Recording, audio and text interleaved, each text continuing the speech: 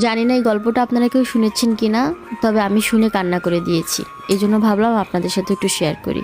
যারা heart touching গল্প পছন্দ করেন, এই গল্পটা তাদের জন্য। এক গর্ভবতী মা সন্তান প্রসবের কিছুক্ষণ পর মারা গেলেন। মারা যাওয়ার আগে তার স্বামীকে একটা কথাই বলেছিলেন, আমার সন্তানকে তুমি দেখে রেখো। স্ত্রীর এই কথা শুনে স্বামী বলল, আমি দেখে রাখবো। স্বামী খুব ভালোভাবে সন্তানের যত্ন নিল, সন্তানকে লালন পালন করতে লাগলো। এইভাবে 3 বছর কেটে গেল। সন্তানের যখন 3 বছর, তখন সন্তানের বাবা একটা বিয়ে করলো। যাকে বিয়ে করেছেন ওই মহিলার আগেও এক জায়গায় বিয়ে ছিল, সেখানে 2টা সন্তান আছে। সেই সন্তান সহই সেই মহিলাকে বিয়ে করে ঘরে নিয়ে আসলো। তো ঘরে মোট 3টা সন্তান হলো। সবাই মিলেমিশেই থাকতো। যতই হোক সৎমা তো নিজের সন্তানকে যেভাবে ভালোবাসে, অন্যের সন্তানকে তো সেভাবে ভালোবাসা যায় না বা ভালোবাসে না। একদিন হঠাৎ করে সেই সৎমায়ের বাড়ি থেকে মেহমান আসলো। বাবার বাড়ি থেকে অনেক লোকজন আসলো, ঘর ভর্তি মানুষ। তো দুপুরবেলা সেই 3 বছরের শিশুকে খাবার খেতে দিয়েছে। তো খাবার না খেয়ে সেই ছেলেটা অনেক বেশি দুষ্টামি করছিল। এক পর্যায়ে ভাতের প্লেট ফেলে দিয়ে ভাতগুলোকে ছড়িয়ে ফেলেছে ঘরের মেঝেতে। তো সেই সৎমা রাগ করে সেই ভাতের প্লেট সহ সেই সন্তানকে বারান্দায় রেখে দরজাটা লাগিয়ে দিয়েছে। তখন ছিল শীতকাল।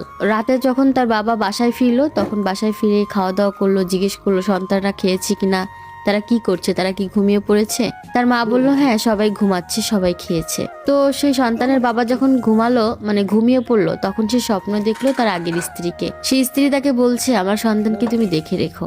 এই স্বপ্ন দেখে সেই সন্তানের বাবার ঘুম ভেঙে গেল। পাশে থাকা স্ত্রীকে জিজ্ঞেস করলো, ওরা কি ঘুমিয়ে পড়েছে? তো স্ত্রী বলল, হ্যাঁ ওরা তো ঘুমিয়ে পড়েছে। কি হয়েছে?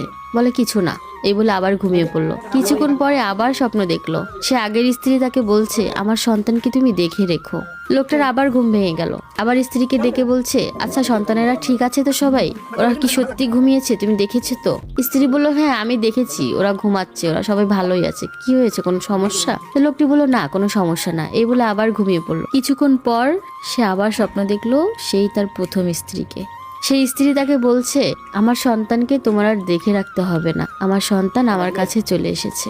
লোকটি ঘুম থেকে লাফ দিয়ে উঠে বসলো। উঠে বসে স্ত্রীকে বলল, আচ্ছা চলো তো একটু ওই ঘরে যাই, আমার সন্তানেরা কি করছে একটু দেখে আসি।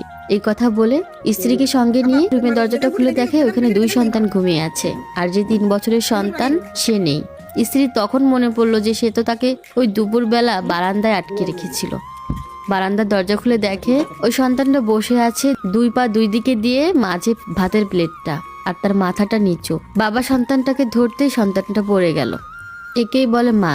মা যেখানেই থাকুক সেখানে হয়তো বা বুঝতে পারে তার সন্তান কেমন আছে, কিভাবে আছে। এটাই ছিল গল্প।